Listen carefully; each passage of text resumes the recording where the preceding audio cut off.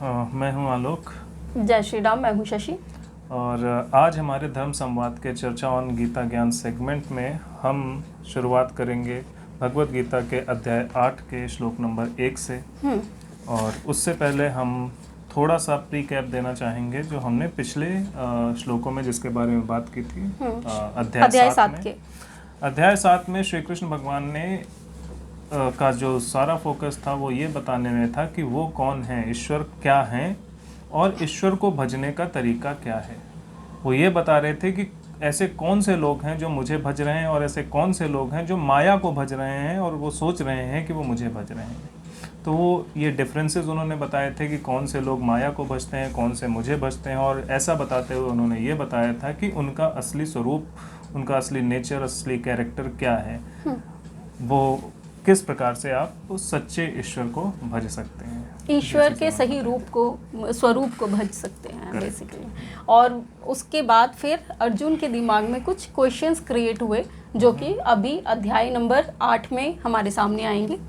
तो हम शुरू करेंगे अध्याय 8 श्लोक नंबर 1।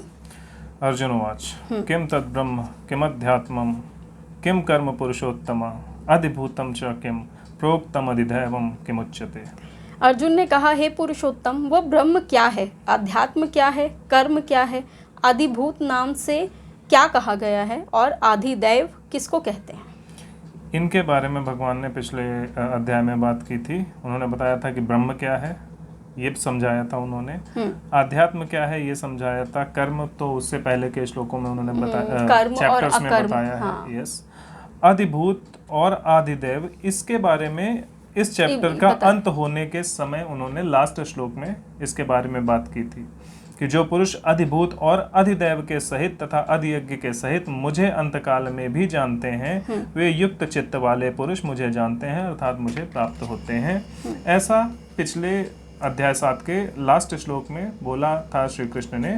तो उसका सवाल वो उनसे पूछ रहे हैं कि अधिभूत नाम से क्या कहा गया है, कौन है वो जिसे आप अधिभूत कह रहे हैं और क्या है वो जिसे आप अधिदैव कह रहे हैं।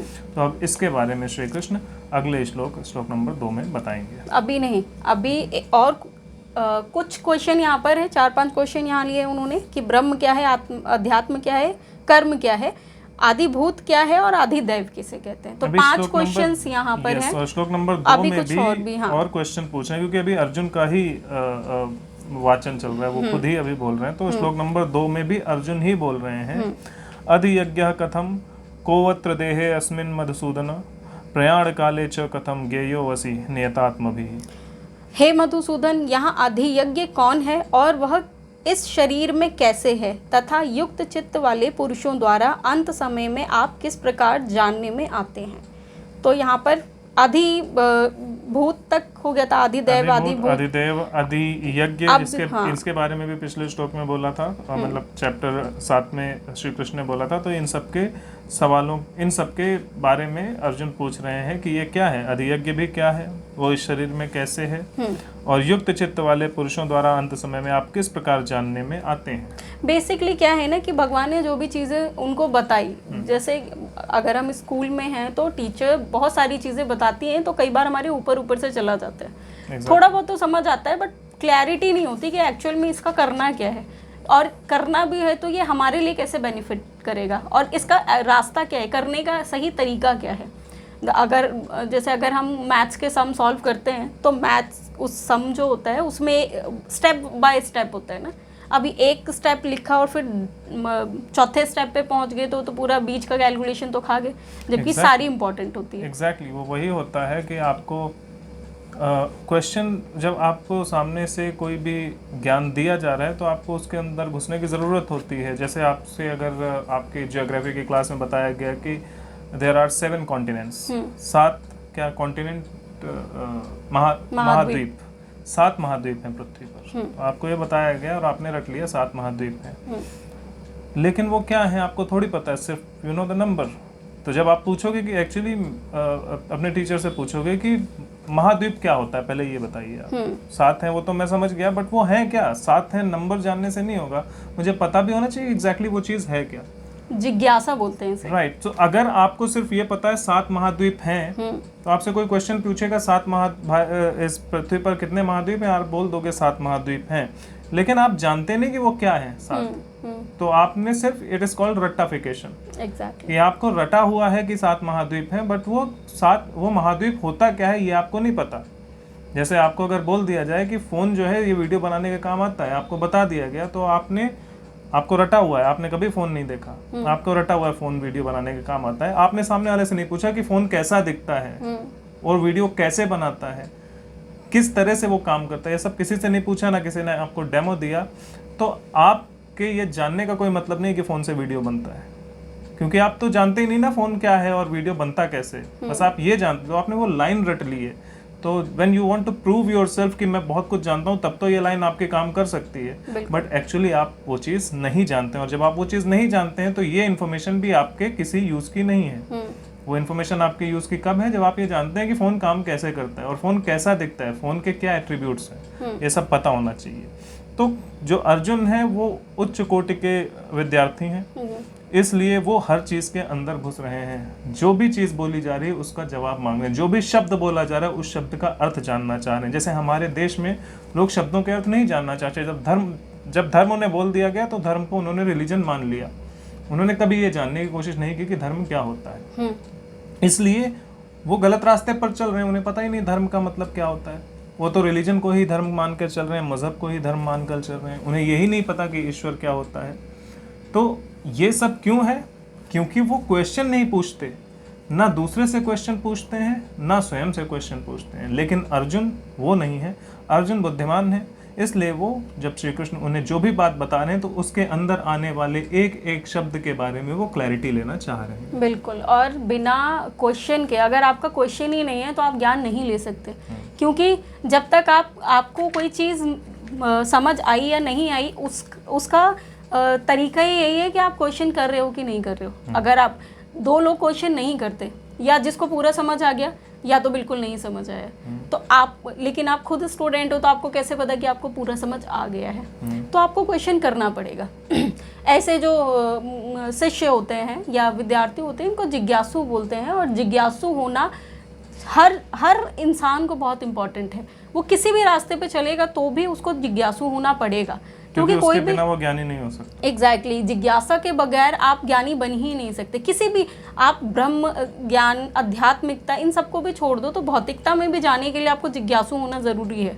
अगर आप जिज्ञासु नहीं हो, अगर आपके अंदर जानने की, जिज्ञासु मतलब जानने की इच्छा रखने वाला, अगर आप जिज्ञासु नहीं हो, जानने की इच्छा ही नहीं रखते किसी भी चीज़ को, जो भी आप काम करने चाह रहे हो, तो फिर आप उसमें फेल हो जाओगे बेसिकली।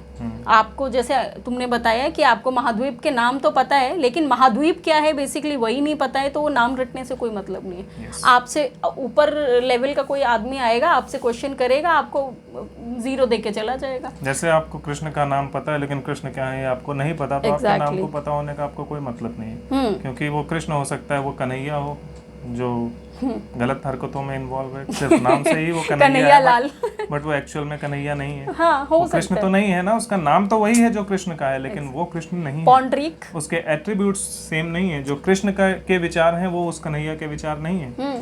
तो वो नाम, अगर सिर्फ आप नाम जानते हैं तो आप किसी को भी कन्हैया मान सकते हैं, उसी को भगवान मान सकते हैं, अगर सिर्फ आप नाम के पीछे भागते हैं। लेकिन अगर आप कृष्ण के कैरेक्टर को जानते हैं, उनके नेचर को जानते हैं, उनके असली स्वरूप को जानते हैं और उनके विचारों को जानते हैं, तो नाम कुछ भी हो उससे फर्क नहीं पड़ेगा। आपको ये पता होगा कि हाँ ये कौन है। तो अगर कोई बहरूपिया आ भी जाएगा तो भी आप उन्हें पहचान देंगे। तो जब आपसे कोई पूछेगा कि कृष्ण कौन है, तो आपको पता होगा वो कौन है, चाहे आपके पास उनकी फ़ोटो हो या ना हो। और एक चीज़ और है कि कई बार ये होता है कि आपको समझाने वाला इंसान हो सकता है आपको अपने हिसाब से समझा रहा हो, लेकिन जब आप क्वेश्चन करते हो तो कई बार ऐसा क्वेश्चन सामने आते हैं जो उस लेवल तक जाके उसने समझाया ही नहीं होता है।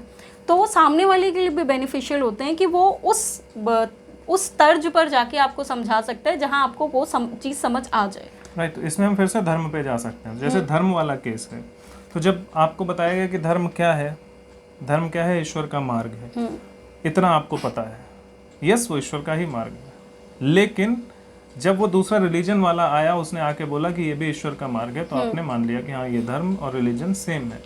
लेकिन आपने धर्म क्योंकि आपने धर्म को पढ़ा नहीं, किस चीज़ को धर्म हमारे स्क्रिप्चर्स में कहा गया था वो आपने पढ़ा नहीं, उसको आपने जाना नहीं, उसको आपने जानने की कोशिश ही नहीं की, तो सामने वाले ने आपको जो बताया आपने वो एज इट इज़ मान लिया। दो केसेस होंगे इसमें, या तो वो रिलीजन बोलेगा, आप धर्म बोलोगे, और आपके बीच में कॉन्फ्लिक्ट रहेगा क्योंकि आप नहीं समझ पा रहे वो दोनों को कुछ नहीं पता। आपको पता है धर्म और उसको पता है, समझ लो, ड्यूटी ऑफ ह्यूमैनिटी उसको पता है। सामने वाले को पता है ह्यूमैनिटी, आपको पता है धर्म। धर्म का अर्थ क्या होता है? सभी जीवों का कल्याण करना। सच्चे अर्थों में ह्यूमैनिटी का मतलब क्या है? सभी जीवों के कल्याण की भावना रखना। दोनों सेम है, लेकिन आप हमेशा लड़ते रहोगे क्योंकि ना आपको धर्म का मतलब पता है, ना उसे ह्यूमैनिटी का मतलब पता है। आपको धर्म शब्द तो पता है कि धर्म का पालन करना चाहिए, उसे पता है ह्यूमैनिटी का पालन करना चाहिए, लेकिन वो दे धपाधप मुर्गा बकरा काटे जा रहा है और आप भी वैसे ही कुछ करते जा रहे हो, सिर्फ आप वर्ड जानते हो। इसका हमारे पास लाइव एग्जाम्पल मुझे याद है कि अभी हम हरिद्वार गए थे, तो वहाँ पर एक आदमी था जो कि गंगा जी में नहा रहा था। वो एक दूसरी आंटी को कुछ सिखा रहा था, बड़ी ज्ञान की बातें कर रहा था। तो उसके ज्ञान की बातों में एक बात ये भी थी कि मैं बहुत नॉनवेज खाता हूँ, मैं इस धर्म को फॉलो करता हूँ, मैं बहुत नॉनवेज खाता हूँ, मेरी पत्नी बिल्कुल नॉनवेज नहीं खाती है। लेकिन क्या है, जाना तो सबको एक ही उस पे है ना, मार्ग पे, रास्ता तो सबका एक ही है।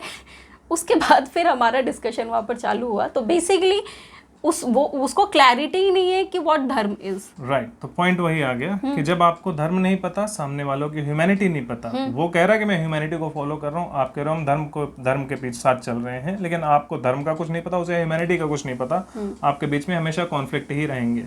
सपोज आपको पता है धर्म क्या है और उसे भी पता है ह्यूमैनिटी क्या है, लेकिन वो बोल रहा है कि मैं ह्यूमैनिटी के साथ चलूंगा, आप बोल रहे हो आप धर्म के साथ चलोगे, और लेकिन आपको इनके अंदर की दोनों को बात नहीं पता है, तो आपके बीच में कॉन्फ्लिक्ट रहेंगे।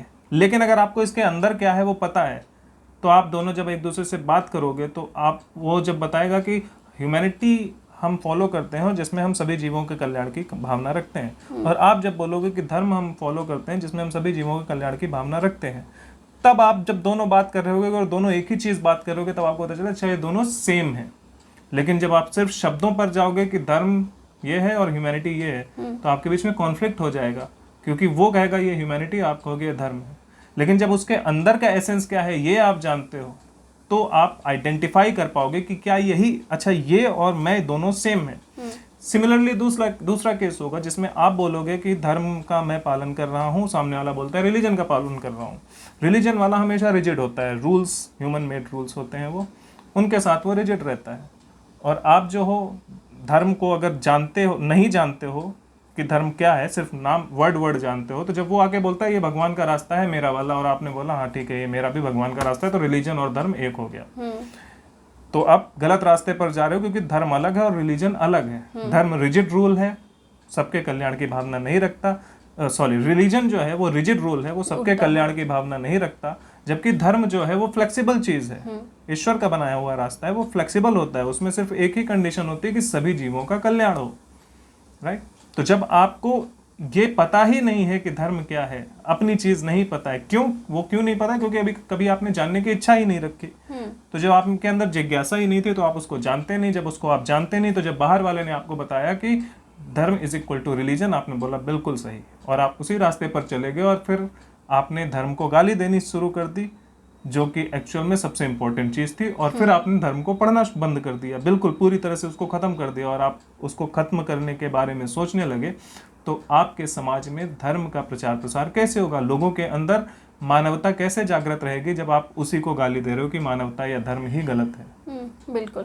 तो ये जो कॉन्फ्लिक्ट्स होते हैं या फिर जो गलत रास्ते पर आप चले जाते हैं, वो इसलिए जाते हैं क्योंकि आपके अंदर जिज्ञासा नहीं, जानने की इच्छा नहीं है। लेकिन अर्जुन गलत रास्ते पर नहीं जाना चाहते हैं, इसलिए वो अपनी जिज्ञासा का प्रदर्शन कर रहे हैं और हर एक शब्द का अर्थ जानने की कोशिश कर रहे हैं। जिस तरह से हिंदुस्तानियों ने धर्म शब्द का अर्थ जानने की कोशिश नहीं की, इसलिए वो गलत रास्ते पर बार बार चले जाते हैं। बिल्कुल, बेसिकली जिज्ञासा जो है आपको क्लैरिटी देती है। yes. तो अगर आपको किसी भी चीज़ में क्लैरिटी चाहिए तो जिज्ञासु होना पड़ेगा। अगर और आज के टाइम में जो हमारे देश का हाल है, और हमारे देश में जो कथाकथित हिंदू कहे जाते हैं, उनका जो हाल है वो इसीलिए है क्योंकि किसी के भी अंदर जिज्ञासा नहीं है।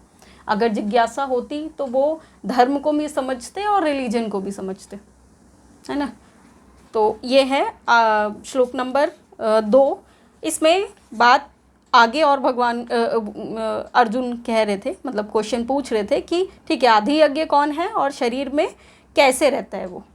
और इसके एक क्वेश्चन और है कि जो युक्त चित्त वाले पुरुषों, मतलब पुरुष जो होते हैं, जो नॉर्मल जो इंसान होते हैं, उनका अंत समय में आप उनको किस प्रकार जानने में आते हैं, वो आपको कैसे याद करते हैं, इसका क्या मार्ग है, कैसे, मतलब कैसे पॉसिबल होगा कि हम आपको लास्ट के अंतिम समय में भी, मृत्यु के क्षण में भी हम आपको याद कर पाएँ।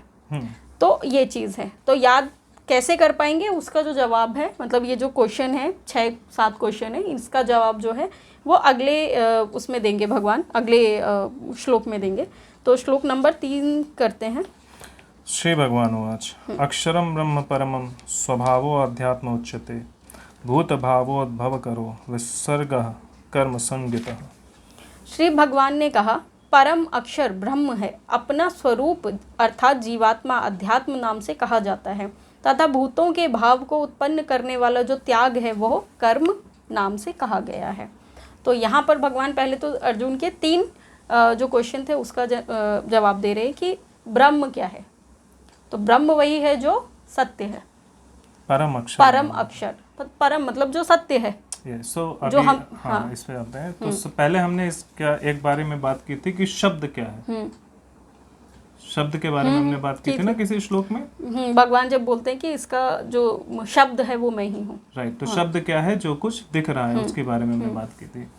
नाउ द पॉइंट इज, शब्द कैसे बनता है? अक्षर से।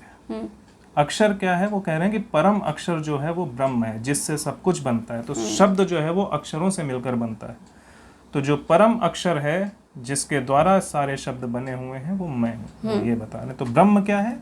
जो परम अक्षर है जिससे सब कुछ बना हुआ है। एग्जैक्टली। जो शाश्वत है, जो कभी जो नश्वर नहीं है, वही जो सत्य, बेसिकली वही सत्य है ना। एग्जैक्टली। मैं इसके श्लोक के संदर्भ में वो बता रहा था जैसे उन्होंने लिखा है। नहीं, सही है। फिर अब जीवात्मा अध्यात्म क्या है, नेक्स्ट है।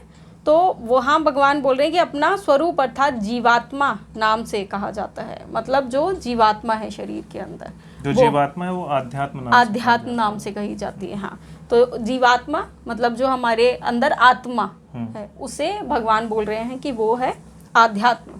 तो बेसिकली अध्यात्म का यहाँ मतलब ये निकाल सकते हैं, जब आप अपने अंदर के स्वरूप को जानना चालू करें, वही आध्यात्मिकता कहलाती है। तो जब तक आपने अपने आप को नहीं जाना है, तब तक आप आध्यात्मिकता के, या फिर आप जानने की कोशिश नहीं कर रहे हैं, तब तक आप आध्यात्मिकता के पथ पर हैं ही नहीं। बिकॉज आध्यात्म का मतलब ही है स्वयं को जानना। So if you don't know yourself, और स्वयं डजंट मीन कि ये शरीर, स्वयं के सत्य को जानना। एग्जैक्टली। और सत्य स्वयं का सत्य, और वो चीज यहाँ पर वो बता रहे हैं कि जीवात्मा जो है वही आध्यात्म के रूप में कहा गया है। अर्थात अगर आप ये जान लो कि मैं जीवात्मा हूँ, मैं शरीर नहीं हूँ, तभी आप आध्यात्म के मार्ग पर चलना शुरू कर देते हो, और उसके बाद धीरे धीरे आप समझ जाते हो कि क्या है और क्या नहीं है। हाँ, तो आध्यात्मिकता का ज्ञान जो है, जीवात्मा का जो ज्ञान है, वही आध्यात्मिकता है, वही आत्मा है, वही अध्यात्म नाम से कहा गया है। और फिर उसके आगे भगवान बोल रहे हैं कि भूतों के भाव को उत्पन्न करने वाला जो त्याग है वो कर्म कहलाता है। आज के टाइम में कर्म क्या है? काम करना, प्राप्त करना। जबकि कृष्ण ने बोला है कि जो त्याग भाव से आप करते हैं वो कर्म है। और वो जो त्याग भाव से होता है वो सृष्टि के संचालन में यूज होना चाहिए। तभी वो जब त्याग होगा तभी वो सृष्टि के संचालन के लिए होगा। हाँ। जब तक भोग होगा तब तक वो सृष्टि के संचालन के लिए नहीं होता, सब कुछ विनाश करके स्वयं के भोग के लिए होता है। हाँ। तो इसलिए वो कह रहे हैं कि जो जिसे आप कर्म बोलते हो, वो कर्म वो नहीं है कि आप जाकर मुर्गा काट के खा रहे हो। कह रहे कर्म त्याग है। जब तक आपके अंदर त्याग की भावना नहीं है, तो जो भगवत गीता में जिसे कर्म कहा गया है वो सिर्फ वही है जिसमें त्याग है। जहाँ पर आप अपनी सारी इच्छाओं को त्याग करके समस्त सृष्टि के कल्याण की भावना रखते हुए कर्म करते हो, वही कर्म जो है उसको श्री कृष्ण हमेशा कर्म बोलते हैं। किसी भी काम को वो कर्म नहीं बोलते हैं कि जाके हम केला बेच रहे हैं तो वो कर्म है। Exactly. हम जाके संतरा बेच रहे हैं वो कर्म है। हम जाके भीख मांग रहे हैं तो वो कर्म है। हम जाके ऑफिस में नौकरी कर रहे हैं तो वो कर्म है। उसको वो कर्म नहीं बोल रहे हैं। जहाँ त्याग की भावना से, सृष्टि कल्याण की भावना से जो आप कर्म करते हो, जहाँ पर आप अपने लिए प्राप्त होने वाली वस्तुओं का या इच्छाओं का त्याग करते हो, लेकिन समस्त सृष्टि के कल्याण को ध्यान में रखते हुए कुछ करते हो, वो जो क्रिया है उसे कर्म कहते हैं। जहाँ आप अपने में और दूसरों में भेद नहीं करते हो कि ये चीज़ सिर्फ मेरे लिए है और ये चीज़ इसके लिए नहीं है, इवन ये भी मेरे ही लिए है। तो ये भेदभाव की जो भावना है ये आपके अंदर, आपके कर्म में होगी नहीं कि मैं अपने लिए तो कुछ और है और उसके लिए कुछ और करूँगा। तो बेसिकली यहाँ त्याग का मतलब ये भी है कि आप अपना भी पेट भरो, लेकिन अपने साथ साथ आप दूसरों का भी पेट भरो। आपका जो फोकस है सिर्फ अपने ऊपर ना होकर पूरे समाज पर होना चाहिए। पूरे समाज का मतलब है कि पूरा हर जीव होना चाहिए उसके अंदर, है ना। तो उससे रिलेटेड है। तो वही कर्म है जो आपको भगवान से कनेक्ट करे। भगवान मतलब सबके अंदर भगवान है ना। तो जब आपके अंदर त्याग की भावना होगी तभी तो आप चीज़ों को छोड़ना भी सीखोगे, तभी आपके अंदर अनासक्ति भी आएगी। तो ये सबसे बड़ी चीज़ तो लिप्त होना ही है। भगवान बोलते हैं कि क्रियाओं में लिप्त होना सबसे आसक्ति की सबसे बड़ी जड़ है। तो अगर आप त्याग करोगे तो अनासक्त होगे ना। तो फिर अनासक्त, जैसे ही आपके अंदर अनासक्ति आएगी उसके बाद आपका जो भगवान से जो कनेक्शन है वो होना स्मूथ हो जाएगा। इसीलिए यहाँ कर्म योग की बात करते हैं भगवान, ना कि सिर्फ कर्म करने की बात कर रहे हैं। तो ये है कि कर्म कहा। तो यहाँ तक हो गया कि कर्म क्या है, ब्रह्म क्या है, जीवा अध्यात्म क्या है। अगले में भगवान इसके आगे का जवाब देंगे जो उन्होंने पूछा था कि आदिदेव क्या है, आदिभूत क्या है, और शरीर में इंसान जब मृत्यु के टाइम में होता है तो वो भगवान को कैसे याद कर सकता है। तो ठीक है, ये हो गया श्लोक नंबर 3। श्लोक नंबर 4 पढ़ेंगे। अधिभूतम क्षरो भावः पुरुषश्चादिदैवतम अधियज्ञो अहमेवात्र देहे देहभृतांबर। उत्पत्ति विनाश धर्म वाले सब पदार्थ आदिभूत हैं, हिरण्यमय पुरुष आदि दैव हैं, और हे देहधारियों में श्रेष्ठ अर्जुन, इस शरीर में मैं वासुदेव ही अंतर्यामी रूप से अधियज्ञ हूँ। तो सबसे पहला तो है, उन्होंने बोला है कि आदिभूत क्या है। आदिभूत सारे नश्वर पदार्थ, भौतिक जो है वो सब आदिभूत हैं। भूत हम लोग हैं ना, हम भूत कहे जाते हैं, हम खुद नश्वर हैं। तो आदिभूत है जो भौतिकता है वो आदिभूत है, जो कभी ना कभी अब जन्मी है तो वो खत्म भी हो जाएगी कभी ना कभी। तो ये है आदिभूत। फिर है आदिदेव। तो आदिदेव क्या है कि जो नश्वरता, ये जो भौतिकता है, इसको, इन भूतों को चलाने में जो योगदान जो देवता देते हैं वो जो है वो है आदिदेव। जैसे हमारा जो आँख है, क्या सिर्फ आँख होने से हम देख सकते हैं? जब हाँ बोल रहे हो हमारी आँख होने से हम नहीं देख सकते। हमारी आँखों के जो देवता हैं कौन है? रोशनी किससे मिलती है? सूर्य से।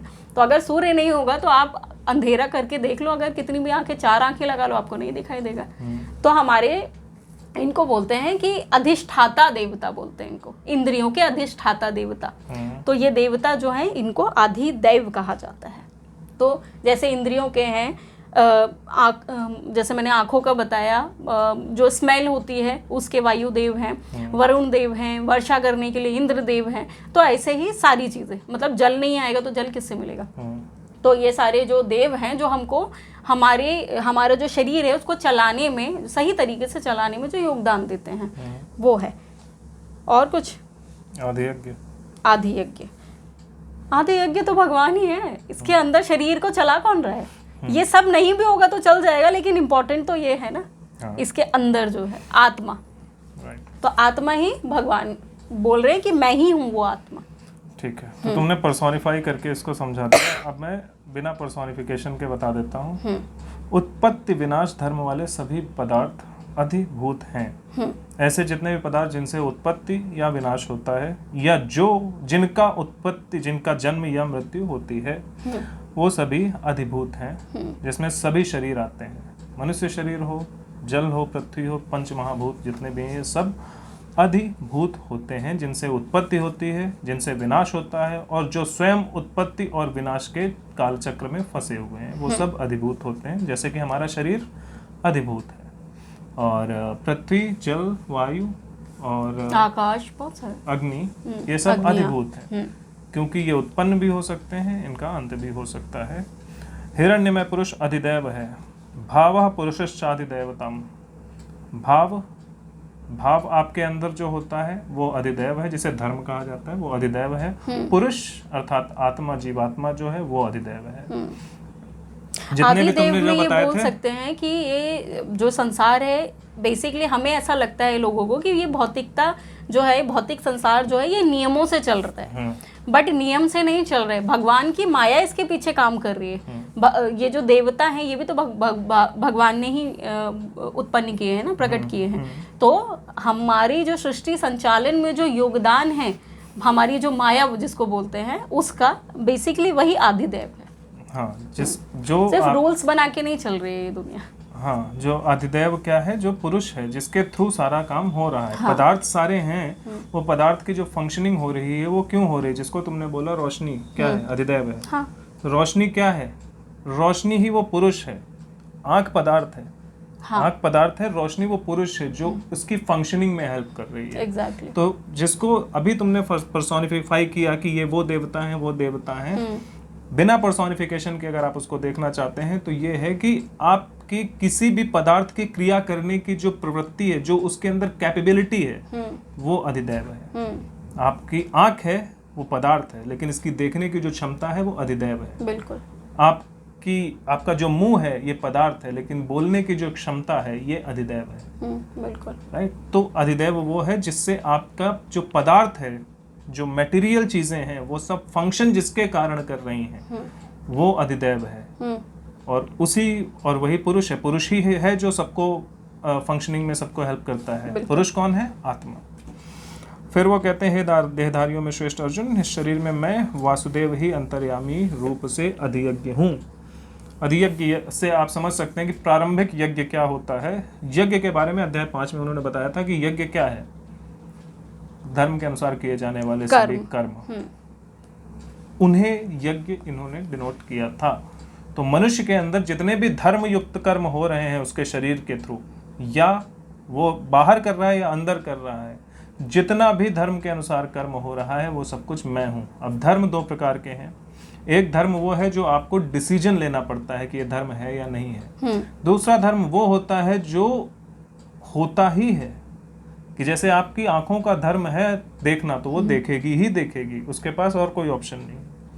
राइट। वो देख ही सकती है, उसके अलावा वो कुछ नहीं कर सकती। आपके पास जो दूसरा वाला धर्म है, डिसीजन मेकिंग वाला, उसमें आपके पास ऑप्शन है कि आप देखो या ना देखो, या आप समझ धर्म की बात करें तो धर्म अधर्म 2 चीज़ें, कैसे धर्म को डिफरेंशिएट कैसे करेंगे। तो जो डिसीजन मेकिंग वाला धर्म है वहाँ पर 2 चीज़ें होती हैं। एक, या तो आप किसी की हत्या करो या किसी के साथ कुछ बुरा करो, या तो आप किसी के साथ कुछ अच्छा करो और बुरा ना करो। 2 चीज़ें हो गई। या किसी की सुरक्षा करो और या उसके साथ बुरा मत करो। 2 तरह के हो गए। यहाँ पर आप डिसीजन ले सकते हो, या तो अच्छा करना है या बुरा करना है। यहाँ पर आप डिसीजन मेकिंग कर सकते हो, ये आपके हाथ में है। आँख जो है उसका धर्म देखना है, वो डिसीजन मेकिंग नहीं कर सकते कि मैं देखूं या सुनूं, उसको देखना ही पड़ेगा। तो ये 2 तरह के धर्म होते हैं। और ये जो धर्म है ये क्यों है? ये स्वयं ईश्वर ही है। ये धर्म आपका तभी हो पा रहा है, जो पुरुष, जो आत्मा है, जिस उसके जो 2 भाग कहे जाते हैं, उसमें पहला भाग यही है। ये धर्म का एक भाग है जो ऑटोमेटिकली होता है, जिसे अब प्रॉपर्टी ऑफ समथिंग कहते हैं। पदार्थों के जो गुण होते हैं वो भी धर्म के अंतर्गत आते हैं। तो वो धर्म जो है वो भी ईश्वर स्वयं है, जिसकी वो बात कर रहे हैं कि अधियज्ञ जो हूँ वो मैं हूँ, अंतर्यामी रूप से जो कर्म कर रहा हूँ आपकी बॉडी में। अगर मैं नहीं हूँ तो आप कोई भी कर्म नहीं कर सकते। लोग बोलते हैं कि ना कि ये सृष्टि तो मैं चला रहा हूँ, बच्चे तो मैं पैदा कर रहा हूँ। अगर आपके शरीर का धर्म है बच्चे जन्म देना, अगर वो धर्म ईश्वर स्वयं है, अगर वो धर्म नहीं है, नहीं देते वो आपको शरीर को, तो आप बच्चे नहीं पैदा कर सकते। आप कुछ भी कर लीजिए। बिल्कुल। राइट। तो वो जो धर्म है वो शरीर का धर्म, वो, और उसको आप हटा ही नहीं सकते। आप कुछ भी कर लीजिए, वो धर्म का पालन करके ही रहेगा। बस ये है। और हमारे पास जो डिसीजन मेकिंग होती है, जब उसके थ्रू हम कोई काम करते हैं तो वो तो हमारा वो धर्म है जो हमें हमारी डिसीजन मेकिंग के ऊपर डिपेंड करता है। अब इसको हम और अच्छे से कर सकते हैं। हाँ। कि सपोज जैसे अभी बच्चे पैदा करने की हमने बात की, तो एक धर्म क्या है कि आप किसी महिला के साथ जबरदस्ती नहीं कर सकते, ये नहीं करना चाहिए, ये धर्म है। लेकिन बहुत सारे धर्मी होते हैं वो इस चीज़ को नहीं मानते, तो वो क्या करते हैं कि महिला के साथ जबरदस्ती करते हैं। तो अब यहाँ पर डिसीजन मेकिंग थी, या तो आप करो या ना करो, जबकि धर्म क्या है कि नहीं करना। राइट। लेकिन डिसीजन मेकिंग फिर भी आपके पास आप फ्री थे वो करने ना करने के लिए। नाउ सेकंड थिंग इज दूसरा वाला धर्म, जो स्त्री शरीर का धर्म है। चाहे आपने जबरदस्ती करी या उसकी इच्छा से करी, वो बच्चा पैदा करेगी ही करेगी। बिल्कुल। तो वो उसके शरीर का धर्म है, जिस पर कोई डिसीजन मेकिंग नहीं चलती। बिल्कुल। अगर उसके साथ वो क्रिया हुई है तो उसका रिजल्ट आना ही आना है। बिल्कुल। राइट। तो वो उसका शरीर का धर्म है, पदार्थ का धर्म है। मनुष्य जो आत्मा सहित जो मनुष्य है, उसका धर्म क्या है कि उसको डिसाइड करना है कि कौन सा सही है कौन सा गलत है। ये है। तो आदि यज्ञ जो है वो सभी वो कर्म है जो कि धर्म अनुसार होते हैं और जो भगवान को समर्पण करके किए जाते हैं। तो अल्टीमेटली सब पदार्थों में, सभी भूतों में जो धर्म है वो अधियज्ञ है और वही स्वयं भगवान है, क्योंकि उनके बगैर कुछ भी नहीं हो सकता। राइट। ठीक है, तो ये हो गया है यहाँ पर, ये हो गया श्लोक नंबर 4। श्लोक नंबर 4 हो गया। ठीक है, तो श्लोक नंबर 5 करेंगे हम। नहीं, अभी पूरा नहीं हुआ है। श्लोक नंबर 4 में अभी एक लास्ट में और वो बोल रहे हैं ना कि शरीर में वासुदेव अंतर्यामी रूप से अधियज्ञ हूँ। हाँ ठीक है, हो गया है। पढ़ो अगला। ठीक है, कुछ ऐड करना है? नहीं ठीक है। ठीक है, श्लोक नंबर 5 है, अंत काले च मामेव स्मरन् मुक्त्वा कलेवरम यह प्रयाति स मद्भावम याति नास्यत्र संशयः। जो पुरुष अंत काल में भी मुझको ही स्मरण करता हुआ शरीर को त्याग कर जाता है, वह मेरे साक्षात स्वरूप को प्राप्त होता है, इसमें कुछ भी संशय नहीं है। ये वो वाला क्वेश्चन है जो भगवान ने वहाँ, जो अर्जुन ने श्लोक नंबर 2 में पूछा था लास्ट में, कि लास्ट अंत समय में वो मुझे कैसे याद करेगा, किस प्रकार जानने में आते हो आप, कैसे आपको समझ में आते हैं उस लास्ट टाइम में। तो यहाँ पर भगवान बोल रहे हैं कि जो पुरुष अंत काल में मुझको ही स्मरण करता हुआ शरीर त्याग देता है, वह मेरे साक्षात रूप को प्राप्त होता है। तो मैं कब मिलूंगा तुम्हें? जब तुम लास्ट अंत समय में मुझे याद करोगे। ठीक है, उसके नेक्स्ट में भी शायद उसी से ही रिलेटेड है। नेक्स्ट भी पढ़ लेते हैं। श्लोक नंबर 6, यम यम वापि स्मरन् भावम त्यज्यत्यन्ते कलेवरम तम तमे वैति कौन्तेय सदा तद्भाव भावितः। हे कुंती पुत्र अर्जुन, यह मनुष्य अंत काल में जिस भी भाव को स्मरण करता हुआ शरीर का त्याग करता है, उसको ही प्राप्त होता है, क्योंकि वह सदा उसी भाव से भावित रहा है। अब यहाँ पर सबसे बड़ी बात भगवान ने बताई है कि एक तो उसका अर्जुन का क्वेश्चन का जवाब है कि लास्ट में अगर तुम मुझे स्मरण करोगे तो तुम मुझे प्राप्त हो जाओगे। लेकिन अब क्या स्मरण, क्या मतलब लास्ट में मर रहे हैं और अच्छा कृष्ण बोल दिया तो, हाँ कृष्ण बोल दिया तो हो जाएगा? नहीं, चलो मान लिया कृष्ण बोल दिया तो हो जाएगा, कृष्ण बोल पाएगा? ये भी तो है। बेसिकली भगवान यहाँ पर बोल रहे हैं कन्हैया वो वाला बोल दिया तो that will not work। Exactly। क्योंकि आप भाव नहीं है। यस, वो पूरा नहीं भज रहे हो ना आप। हाँ। उसको आप सिर्फ नाम भज रहे हो, बट नाम के साथ उसका नेचर भी तो होना चाहिए। अगर मैं इनका नाम लेने लग जाऊं, किसी दूसरी लड़की का नाम भी शशि है और मैं उसको शशि बुलाऊं, तो क्या मुझे वो भाव आएगा कि ये मेरी पत्नी है? नहीं आएगा। वो तभी आएगा जब मुझे उसका पता होगा कि अच्छा ये मेरी पत्नी है। कैरेक्टर पता होगा, उसका नेचर पता होगा। कोई भी सेम नाम वाला, उसका नाम तो मैं सेम लूंगा, लेकिन वो सत्य भाव नहीं आएगा। उसी तरह जब भगवान का नाम आप खाली ले रहे हो लेकिन भगवान को जानते नहीं, तो भगवान का भाव नहीं आएगा। बिल्कुल। तो बेसिकली भगवान यहाँ पर वही बता रहे हैं कि आपको अभ्यास करना पड़ेगा इस चीज़ का, एक दिन में नहीं। क्योंकि यहाँ पर भगवान एक चीज़ बोल रहे हैं कि जो जिस भाव में होता है वो उसी भाव से भावित होता रहता है, उसी भाव से मोहित होता रहता है। तो अगर आपके अंदर कोई भी दुर्भावना है और आप उसी में आप जैसे द्वेष है आपके अंदर, तो लास्ट में भी जब आप मर रहे होगे ना, तो उसी द्वेष से ग्रसित होके मरोगे। यहाँ सबसे बड़ा जो एग्जाम्पल है वो फिर मैं एक बार और देना चाहूँगी, जड़ भरत जी का। महाश्रेष्ठ महाज्ञानी, बट स्टिल एक हिरनी के बच्चे के चक्कर में मोह में पड़ गए। मोह भी तो विकार का ही भाव था। मोह में पड़ गए, दूसरा जन्म बर्बाद हो गया। फिर हिरनी का जन्म, क्योंकि लास्ट का जो उनका जन्म था, लास्ट मृत्यु के टाइम का जो था, वो भगवान को नहीं भज रहे थे, वो हिरनी के बच्चे को भज रहे थे कि अरे उसका क्या होगा, वो मेरे बगैर कैसे। अभी मैं उसमें बिल्कुल, मतलब मैं उसमें ही रमा हुआ हूँ बेसिकली। तो हिरनी का बच्चा और मैं एक हो रखे उस टाइम में। तो जब हम दोनों एक हैं, तो अब मैं उसी में जाके मिलूंगा ना नेक्स्ट जन्म में। मैं भगवान में कैसे मिल सकता हूँ? तो यहाँ पर फिर उनका दूसरा जन्म बर्बाद हुआ। लेकिन वो क्योंकि वो समझदार थे, ज्ञानी थे, तो उनको ये चीज़ आई नेक्स्ट टाइम में समझ कि मैंने एक जन्म क्यों बर्बाद किया। फिर वो तीसरे जन्म में फिर वो नॉर्मल जड़ भरत के रूप में आए, जहाँ उन्होंने हर चीज़ को त्याग दिया। तो यही है, और यहाँ पर भगवान वही चीज़ बोल रहे हैं कि सिर्फ नाम लेने से नहीं होगा। और नाम लेने से अगर मैं एक बार मान भी लूँ कि एक अजामिल की कहानी आती है जिसमें वो अपने पुत्र का नाम नारायण होता है, उसके बच्चे का नाम, और वो नारायण बोलता है और बस वो उसका बंटाधार हो जाता है कि भगवान आ गए, जबकि ऐसा कुछ है नहीं। कहानियाँ भी गलत, कथावाचक गलत कहानियाँ बताते हैं। ऐसा कुछ नहीं होता कि नारायण आ जाते हैं और उसको लेके चले जाते हैं। हाँ, ये ज़रूर होता है कि नारायण का नाम लेने से अंत समय में उसकी स्मृति जागृत हो जाती है, उसके पुराने कर्म जो पिछले में उसको जो ज्ञान हुआ होता है, क्योंकि वो एक्चुअल में श्रेष्ठ उच्च उसका ज्ञानी वो भी होता है, बट वो कुछ भटक जाता है जिसकी वजह से वो गलत उसमें पड़ जाता है। मैं बताता हूँ, अगर नारायण की जगह वो रामायण भी बोलते तब तो उनका मुक्ति हो जाती है। रीजन कि क्या होता है कि उन्होंने अपने बेटे का नाम नारायण रखा, जिसने भी रखवाया हो, किसी ऋषि मुनि धार्मिक व्यक्ति ने ही रखवाया होगा, किसी ने नाम रखवाया।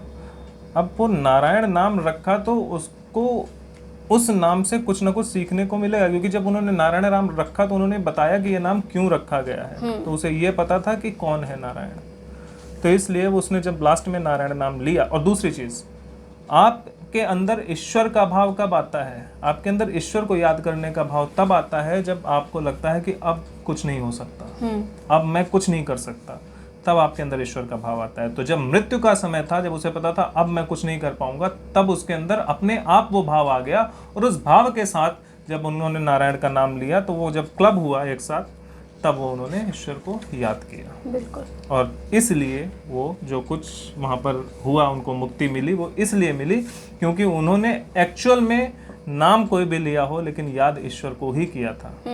अगर वो नारायण नाम लेकर अपने बेटे को ही याद करते तो उन्हें मुक्ति नहीं मिलती। उन्हें मुक्ति इसलिए मिली क्योंकि उन्होंने ईश्वर को ही याद किया था उस समय। बस कोइंसिडेंस ये था कि उनके बेटे का नाम भी नारायण था और ईश्वर के नाम पर उनके बेटे का नाम रखा गया। इसलिए वो जो नाम है उसके साथ जब भाव क्लब हुआ तब जाके उनको मुक्ति मिल गई। और लोगों ने कहा कि खाली नाम लेने से हो जाएगा, बट सिर्फ नाम से नहीं होगा, भाव आवश्यक है। बिल्कुल। और ये जो अजामिल की जो कहानी थी, इसमें एक चीज़ और हमको समझ आई कि भगवान क्या बोल रहे थे, क्योंकि यहाँ पर जो अजामिल था, ये पिछले जन्म में बहुत ज़्यादा ज्ञानी था, लेकिन दूसरे जन्म में वो भटक गया। तो यहाँ पर भगवान पहले भी एक ये चीज़ बता चुके हैं ना कि जो सत्पुरुष हैं, जो अच्छे काम कर रहे मतलब भगवत मार्ग में हैं, गलती से अगर वो भटक भी जाएं तो भी वो जो कर्म है उनके, जो भगवत मार्ग की प्राप्ति में लगे हुए थे, वो खत्म नहीं होते, उनका कहीं ना कहीं उनको बेनिफिट होता है। तो क्योंकि वो आपके चित्त में होता है। Exactly. तो आपके चित्त में मतलब आपका जो हार्ड डिस्क है आपके सिस्टम की, उस हार्ड डिस्क में वो डेटा ऑलरेडी सेव है, वो कभी ना कभी यूज में आ ही जाता है। बिल्कुल। तो अजामिल के साथ भी यही हुआ। Exactly. कि लास्ट टाइम में उसको ये याद आ गया कि अच्छा मेरा भाव उनसे कनेक्ट था, ना कि दुनियादारी से। और फिर वो मरता नहीं है, फिर दोबारा उसको एक मतलब जिंदा होता है, आई थिंक वो ना, मुझे नहीं मालूम। हाँ, वो मरता नहीं है। तुम ही पढ़ रहे थे जब मैं सुन रही थी तुम्हारी भागवत। मुझे कहानी याद नहीं रहती, मुझे बस मतलब याद रहता है। वो एक्चुअल में वो सिर्फ मूर्छित हुआ होता है और वो सारी चीज़ें उसको याद आती है कि अच्छा मैं इस टाइप का था। वो भगवान के पार्षद आते उसको बताते कि तुम इतने ज्ञानी थे। और लेके जाते हैं। हाँ, वो भगवान के दो पार्षद होते हैं। मैंने पढ़ी थी। तो उसके बाद फिर वो होश में आता है और उसके बाद फिर वो सही काम करना चालू करता है। भगवत मार्ग का जो उसका छूट गया होता है जो काम, आई थिंक वो उसमें ये होता है कि वो लेके जाते हैं, यमराज लेने आते हैं और वो आते हैं, तो वो कहते हैं नहीं ये मेरे साथ। हाँ, पार्षद बोलते हैं कि हमारे साथ जाएंगे। लेकिन वो फिर वो उसको स्मरण भी करवाते हैं कि तुम किस टाइप के थे वहाँ पर। उसको हर चीज़ याद आती है उसके बाद, लेकिन वो जाते नहीं है, वो नॉर्मल वो होश में आता है, वो उस टाइम अचेत होता है, फिर वो चेतना में आता है, फिर वो सही काम करता है, भगवत मार्ग में पुष्ट करता है अपने आप को, और उसके बाद वो मोक्ष प्राप्त करता है। तो ऐसा भी नहीं कि नाम ले लिया और तुम बस भगवान के उसमें चले गए, क्योंकि वो कर्म भी तो होने चाहिए, इसीलिए संस्कार दिए जाते हैं।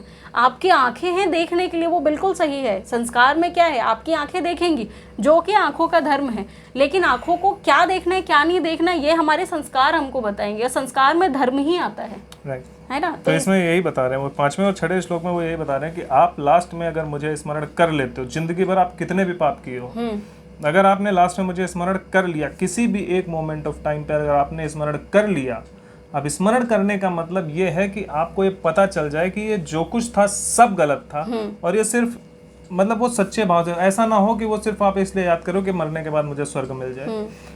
आपको वो एहसास हो गया, सच्चाई का एहसास हो गया कि मैं बिल्कुल गलत कर रहा था और ये नहीं करना चाहिए, सच्चा अस्तित्व मेरा, सारी चीज़ें अगर आपको एट द लास्ट मोमेंट भी समझ आ गई तो आप मुक्त हो जाओगे। लेकिन वो होगा कब? वो होगा तभी जब आप पूरे जीवन उसकी प्रैक्टिस करोगे। एक सेकंड में वो हो ही नहीं सकता, क्योंकि एक सेकंड में तो आप मोबाइल ऑन करना भी नहीं सीखते, तो फिर वो प्रैक्टिस करना कैसे सीख सकते हो? आपको आप इतनी आसानी से तो कब सोना है कब उठना है आप ये नहीं सीख सकते, क्या खाना है आप ये नहीं सीख सकते, कब वॉशरूम जाना है आप ये नहीं सीख सकते इतनी आसानी से। तो वो जो इतना बड़ा काम है ईश्वर को याद करना और उस भाव को करेक्ट टाइम पे सही तरीके से अपने अंदर लेके आना, वो लाने के लिए आपको प्रैक्टिस करनी पड़ती है। तो जब वो प्रैक्टिस आप जिंदगी भर करते हो तभी लास्ट मोमेंट पर आप जब पहुंचते हो तो आपके मन में वो भाव रहता है। अगर आप ये सोचो कि ज़िंदगी भर मैं कुकर्म करता रहूं और लास्ट मोमेंट पे मैं ईश्वर का नाम ले लूं काम हो जाएगा, नहीं होगा।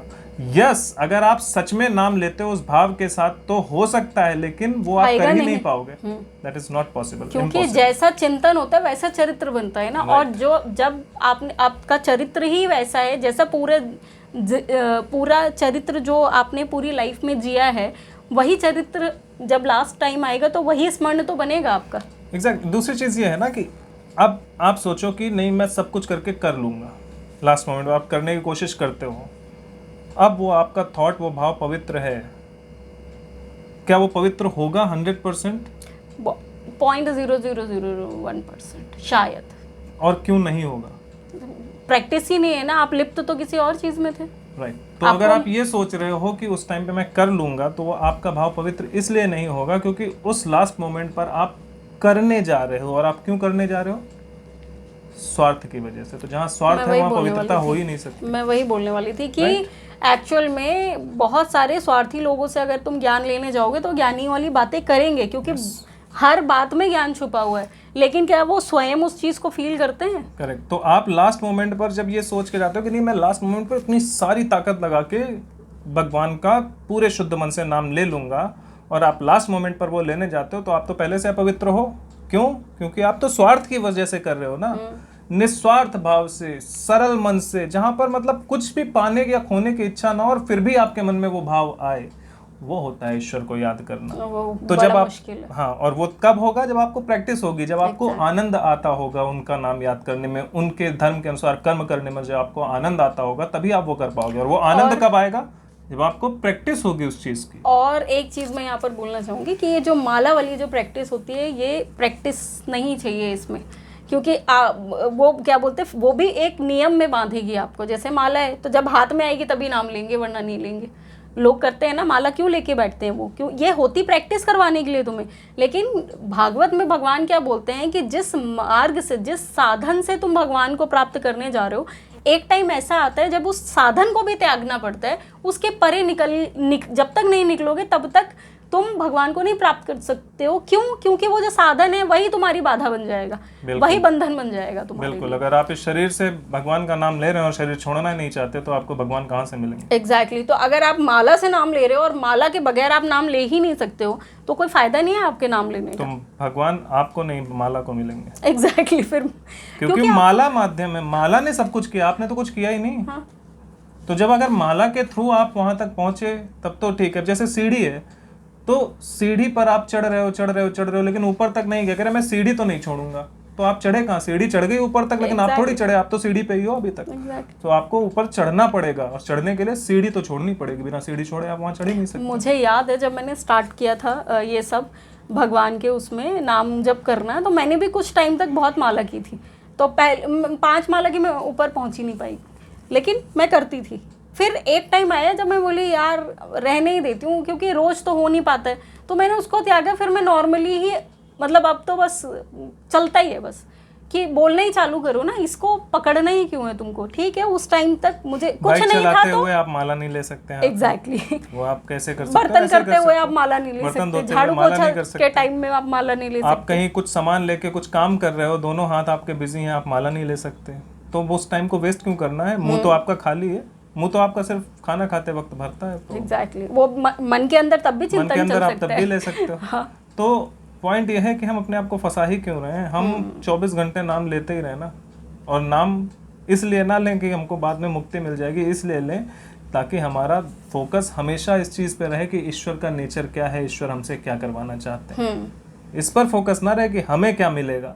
अगर आपका फोकस इस पर है कि हमें क्या मिलेगा तो आप ईश्वर का नाम नहीं भज रहे हैं, आप उस भोग को भज रहे हैं। ईश्वर को आप तब भज रहे हैं जब आपके मन में ये इच्छा ही नहीं है कि मुझे क्या मिलेगा या मेरा क्या जाएगा।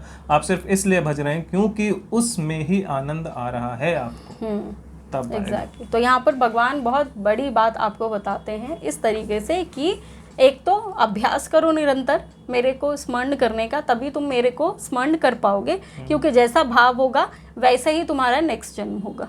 तो एक तो अभ्यास करो, और दूसरी सबसे बड़ी चीज़ है जिस भी साधन से तुम मुझे याद करने की कोशिश कर रहे हो, बाद में उस साधन को भी त्याग दो। याद रखो कि वो साधन है। एग्जैक्टली, वो तुम नहीं हो, वो नाम नहीं है, वो सिर्फ साधन है। उसमें बंधो मत, उसको छोड़कर आगे निकलो। क्यों? जब तक त्याग की भावना, अभी कर्म क्या है जो त्याग करके किया जाता है, वही तो कर्म है। तो अगर आप बंध गए तो फिर कैसा कर्म? एग्जैक्टली। अगर आप इस्लामिक आतंकवादियों का भी आपके आसपास कहीं वो हो जाए, क्या बोलते हैं, साम्राज्य स्थापित हो जाए, वो आपकी माला वाला तोड़ के फेंक देगा, आपका नाम बजना बंद कर दोगे, फिर तो आप गए काम से, बेकार हो गए। बिल्कुल। तो आप माला तो थी तब माला से कर रहे थे, नहीं है तो भी नाम इम्पोर्टेंट है, माला नहीं। अगर आप नाम लेते रहोगे बिना माला के भी, तो भी आप वहीं पहुंचोगे। बिल्कुल। तो वो जरूरी है। तो ये हो गया है श्लोक नंबर 6, जिसमें भगवान ने बताया कि किस तरीके से तुम अंतकाल में मुझे भज सकते हो। तो अब हम आगे करेंगे श्लोक नंबर 7। श्लोक नंबर 7 है, तस्मात् सर्वेषु कालेषु माम् अनुस्मर युध्य च मयि अर्पित मनोबुद्धिर मामे वैश्यस्य संशयम्। इसीलिए हे अर्जुन, तू सब समय में निरंतर मेरा स्मरण कर और युद्ध भी कर। इस प्रकार मुझ में अर्पण किए हुए मन बुद्धि से युक्त होकर तू निस्संदेह मुझको ही प्राप्त होगा।